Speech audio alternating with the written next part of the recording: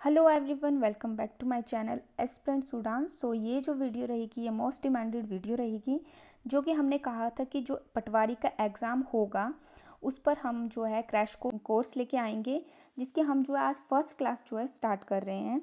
इसमें जो है हम पहले जो हमारा हिंदी का ग्रामर है वो करेंगे, फिर साथ में हम इंग्लिश और जो हमारी एप्टीट्यूड और जीके की क्लास है वो भी साथ साथ में कंटिन्यू करेंगे, ताकि जो भी एग्ज़ाम आएगा एग्ज़ाम के आने से पहले पहले हमारा जो सिलेबस है वो कंप्लीट हो जाए, उसको हम अच्छे से कवर कर लें।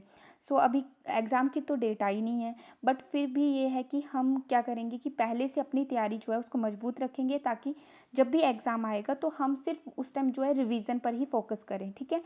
सो आज जो हमारी फर्स्ट क्लास होगी ये हमारी हिंदी पर होगी। पर वीडियो पर आने से पहले अगर आपने हमारे चैनल को सब्सक्राइब नहीं किया है तो हमारे चैनल को सब्सक्राइब करें, इस वीडियो को ज़्यादा से ज़्यादा शेयर करें और लाइक करें। सो बात करते हैं आज की फ़र्स्ट क्लास की। तो फर्स्ट क्लास हमारी हिंदी पर रहेगी, हिंदी ग्रामर पर। तो सबसे पहले आपको पता है फर्स्ट टॉपिक जब भी हम हिंदी स्टार्ट करते हैं तो हमारा जो संज्ञा, सर्वनाम और विशेषण, पहले हमें ये चीज़ें जो है पता होनी चाहिए कि क्या है। तो सबसे पहले आज हम पढ़ेंगे संज्ञा क्या है। ठीक है। तो संज्ञा के बारे में पढ़ेंगे सबसे पहले। और आपको पता है हिंदी मतलब एक ऐसा सब्जेक्ट है, देखने में इजी लगता है पर ये वो उतना ही टफ होता है हिंदी जो होता है हमारा। ठीक है। तो हम जो है इसको एक सिंपल से तरीके से जो है पढ़ने की कोशिश करेंगे।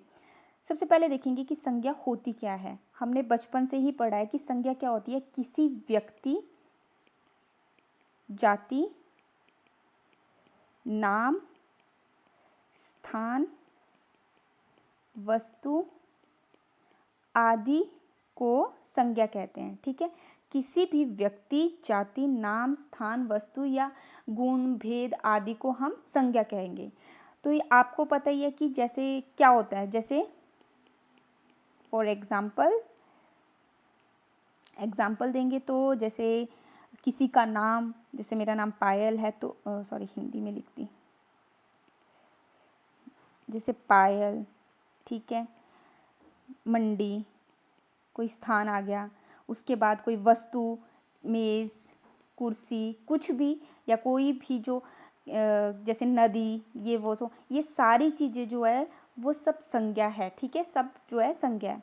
उसके बाद हम क्या पढ़ते हैं कि संज्ञा के कितने भेद होते हैं। बचपन में आपने पढ़ा होगा कि संज्ञा के 5 भेद होते हैं, पर वैसे जो मेन कहा जाए संज्ञा के जो है वो 3 भेद होते हैं। 3 भेद होते हैं मेन। ठीक है। जिसमें 3 भेद कौन कौन से होते हैं। सबसे पहला व्यक्तिवाचक संज्ञा, दूसरा जो है वो है जातिवाचक संज्ञा और तीसरा जो है हमारा भाववाचक संज्ञा। और आपने 5 पढ़े होंगे, उसमें एक होगा हमारा द्रववाचक संज्ञा और दूसरा होगा समूहवाचक संज्ञा। अगर बात करूँगी मैं द्रववाचक संज्ञा और समूहवाचक संज्ञा की, तो वो जो जातिवाचक संज्ञा ये इसी के ही पार्ट होते हैं। तो आपसे कभी भी पूछा जाए कि संज्ञा के कितने भेद होते हैं तो 3 ही भेद बताने हैं। ठीक है। तो ये समूहवाचक जो है, एक समूहवाचक संज्ञा और एक जो है हमारा द्रव्यवाचक संज्ञा। ठीक है। सो ये इसी के पार्ट होते हैं, ये दोनों जो होते हैं जातिवाचक संज्ञा के। अब सबसे पहला हमारा टॉपिक रहेगा कि जो ये व्यक्तिवाचक संज्ञा है, ये है क्या। ठीक है। तो अब इसके बारे में हम सबसे पहले पढ़ेंगे। व्यक्तिवाचक संज्ञा वो होती है जिसमें जिन शब्दों में किसी विशेष व्यक्ति, स्थान अथवा वस्तु का ज्ञान हो या बोध हो, उसे हम क्या बोलते हैं, व्यक्तिवाचक। तो मैंने बोला व्यक्ति में क्या आएगा, एक नाम जो हमारा आ गया, एक स्थान। ठीक है। ये स्थान जैसे दिल्ली, चंडीगढ़, बॉम्बे जो भी है वो स्थान आ गया। और साथ में क्या बोला मैंने, वस्तु, कोई चीज़, मेज, ठीक है, चेयर, कुर्सी। तो ये चीज़ें हमारी कोई वस्तु जो है, ये वस्तु आ गई। ठीक है। तो ये सब तीनों कैटेगरी किस में आती है, ये व्यक्तिवाचक संज्ञा में आती है। ठीक है। अब मैं क्वेश्चन के हिसाब से बोलूँगी। कई बार क्वेश्चन अब एग्ज़ाम वाले काफ़ी ज़्यादा स्मार्ट हो गए, वो सीधे ये नहीं पूछेंगे कि राम क्या है, भाववाचक है या व्यक्तिवाचक है। वो पता कैसे पूछेंगे, जैसे फॉर एग्जांपल, देश में कितना भी भ्रष्टाचार हो पर हरिश्चंद्र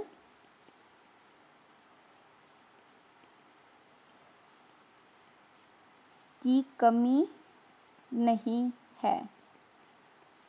ठीक है, जैसे ये लाइन दी है, देश में कितना भी भ्रष्टाचार हो पर हरिश्चंद्र की, और इसके नीचे जो है किसी के नीचे अंडरलाइन, जैसे हरिश्चंद्र के नीचे अंडरलाइन की गई है कि कमी नहीं है।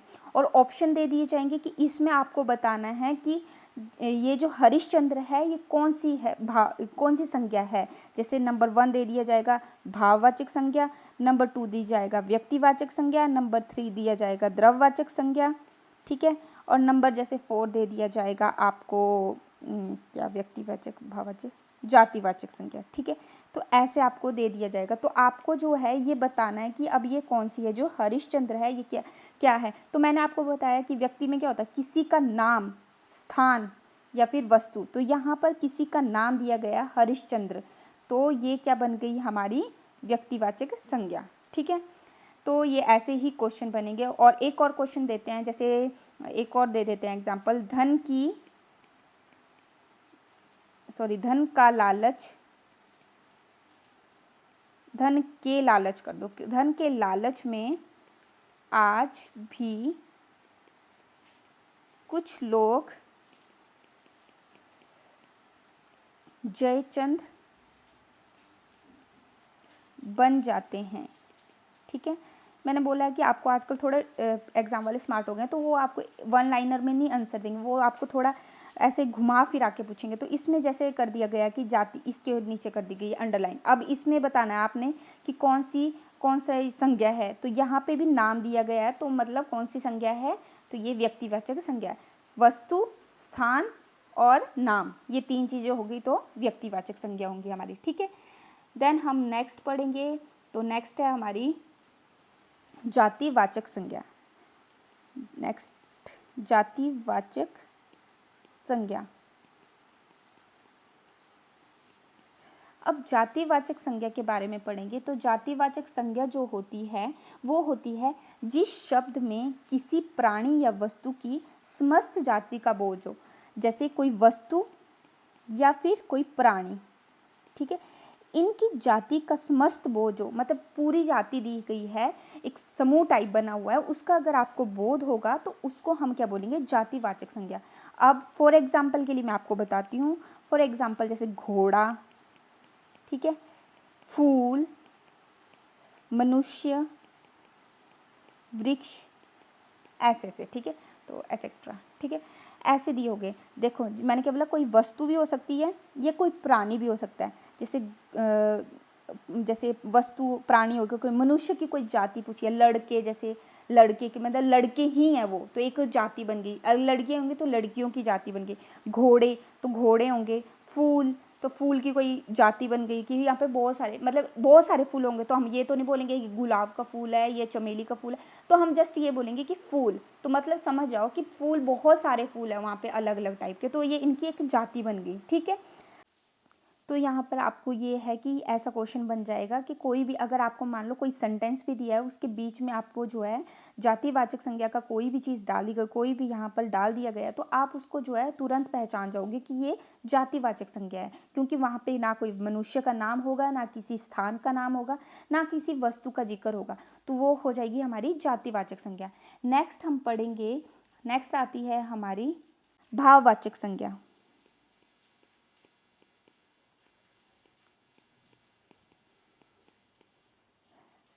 भाववाचक संज्ञा से आने से पहले मैंने आपको बताया था कि जो जातिवाचक संज्ञा है उसी के ही पार्ट होते हैं हमारा एक द्रव्यवाचक संज्ञा, और दूसरा जो है हमारा वो है समूहवाचक संज्ञा। ठीक है, तो समूहवाचक संज्ञा और द्रव्यवाचक संज्ञा जो है ये हमारे जातिवाचक संज्ञा के ही उदाहरण हैं, एग्जाम्पल है। तो इसमें अगर हम द्रव्य की बात करेंगे और समूह की बात करें, अब द्रव्य और समूह में द्रव्य क्या होता है? द्रव्य होता है लिक्विड, द्रव लिक्विड होता है, ठीक है। तो लिक्विड की बात, जहाँ पर लिक्विड की बात की गई होगी उसको हम बोलेंगे द्रव, ठीक है। जैसे जैसे क्या क्या होंगे हमारे, दूध, दही, ठीक है, तेल आदि, ऐसी बातें की गई होगी, वो होगी द्रववाचक संज्ञा, ठीक है। साथ में इसमें और क्या होगा, साथ में इसमें और क्या होगा, रुई, चावल आदि। तो अब आप बोलोगे कि ये तो द्रव होते नहीं है, लिक्विड में होते नहीं है, बट मैंने ये बोला है कि द्रव और ये होता है, एक होता है द्रव, द्रव इसको बोलते हैं द्रव लिक्विड, और ये होता है द्रव्य, ठीक है, ये होता है। तो द्रव और द्रव्य जो है द्रव्यवाचक संज्ञा में ही आते हैं, ठीक है। सो जहाँ पे दूध, दही, तेल, रुई की बात की गई होगी वो हमारी द्रव्यवाचक संज्ञा होगी, हमेशा याद रखना, ठीक है। जैसे 1 लीटर की बात की होगी कहीं पे किसी सेंटेंस में, तो 1 लीटर, तो 1 लीटर में, लीटर में क्या आएगा, लिक्विड, कोई चीज़ होगी तो वो किस में आएगी, द्रव्यवाचक संज्ञा में आएगी, ठीक है। वैसे ही हमारा आता है समूहवाचक संज्ञा। अब समूह, आपको समूह से तो पता ही लग गया कि किसी एक पूरे दल की बात की जा रही है, एक पूरी मतलब किसी एक पूरे समूह की बात की जा रही है। जैसे कक्षा में एक समूह होता है ना, कक्षा में सारे स्टूडेंट्स होंगे तो उनका समूह।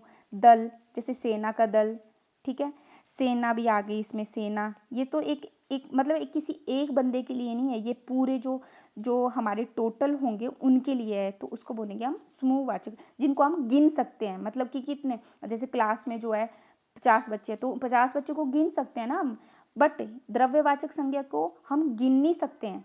अब रुई है ना, उसको काउंट थोड़ी ना करेंगे कि कितनी रुई है, 1 2 3, ऐसे रुई को काउंट नहीं करें। दूध को ऐसे, उसको हम ऐसे मेजर करेंगे कि इतने लीटर है, इतने लीटर। जो जिनको हम इजीली काउंट कर लेते हैं नंबर्स में उसको बोलेंगे समूह, और जिसको हम काउंट नहीं कर पाएंगे वो आएगी द्रव्यवाचक संज्ञा में। तो ये किसकी कैटेगरी में आते हैं, ये जातिवाचक संज्ञा की ही कैटेगरी में आते हैं, ठीक है। नेक्स्ट है हमारी भाववाचक संज्ञा।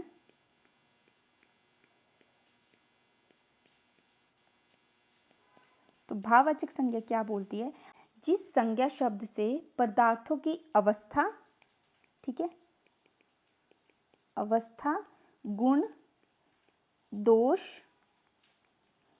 भाव या दशा आदि का पता चले उसे हम बोलेंगे भाववाचक संज्ञा, ठीक है। क्या कहा मैंने कि किसी भी पदार्थ के गुण, अवस्था, भाव या दशा का पता चलता है उसको हम कहते हैं भाववाचक संज्ञा। अब मैं आपको एग्जाम्पल दूंगी, आपको इजीली समझ आ जाएगा, ठीक है। फॉर एग्जाम्पल, जैसे मानवता, गोरा, काला, पशुता, मित्रता, मिठास, बुढ़ापा आदि, ठीक है। तो ये होंगे हमारी जो भाववाचक संज्ञाएं।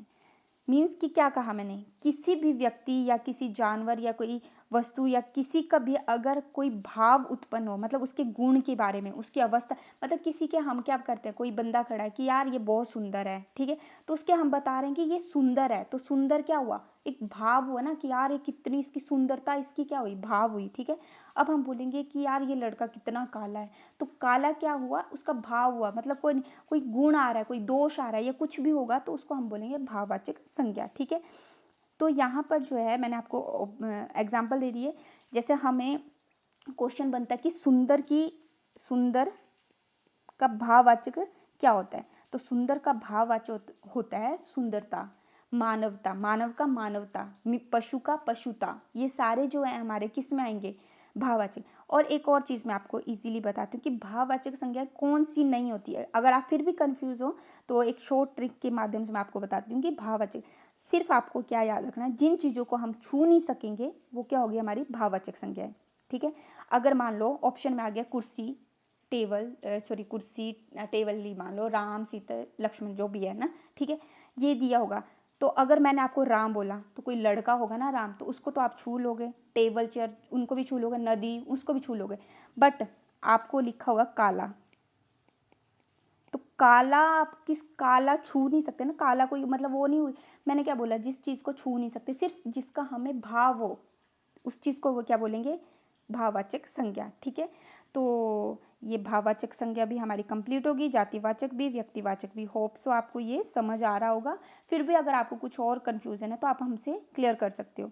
सो इस वीडियो में इतना ही। नेक्स्ट टॉपिक जो हमारा सर्वनाम पर रहेगा, फिर विशेषण पर रहेगा। आज हमारा थोड़ा लेंथी हो गया है। कोशिश करेंगे कि 10-10 मिनट में हम जो है दो टॉपिक को जो है कवर करें। ठीक है, सो इस वीडियो में इतना ही। सो मिलते हैं आपको नेक्स्ट वीडियो में, तब तक के लिए थैंक यू।